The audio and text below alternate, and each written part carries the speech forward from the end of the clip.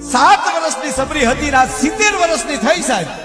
70 વર્ષ પૂરા થયા ને એના ગુરુ માતંગ ઋષિ એટલું કીધું તું સબરી તારે ક્યાંય જવાની જરૂર નથી, બેઠી બેઠી ભજન કરજે, મારા શબ્દ ઉપર ભરોસો રાખજે. અખિલ બ્રહ્માંડનો માલિક એક દી પોતે તારી ઝૂંપડી આવશે. વિચાર તો કરો.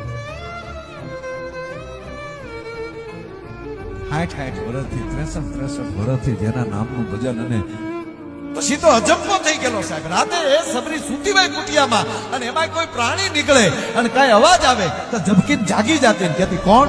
રામ આવ્યા. પવનના પાંદડા હલે તો ઝબકીને જાગી જાય કે કોણ? રામ. એ નેજા માંડી માંડી ઉષા હાથ કરી કરીને આમ નેજા માંડી માંડીને સબરી રાહ જોતી હતી. વાત એ છે કે જેથી જીવતો જાગતો રાઘવ હકીકત આવીને ઉભો રહી ગયો છે તેથી સબરીની દશા શું થઈ છે?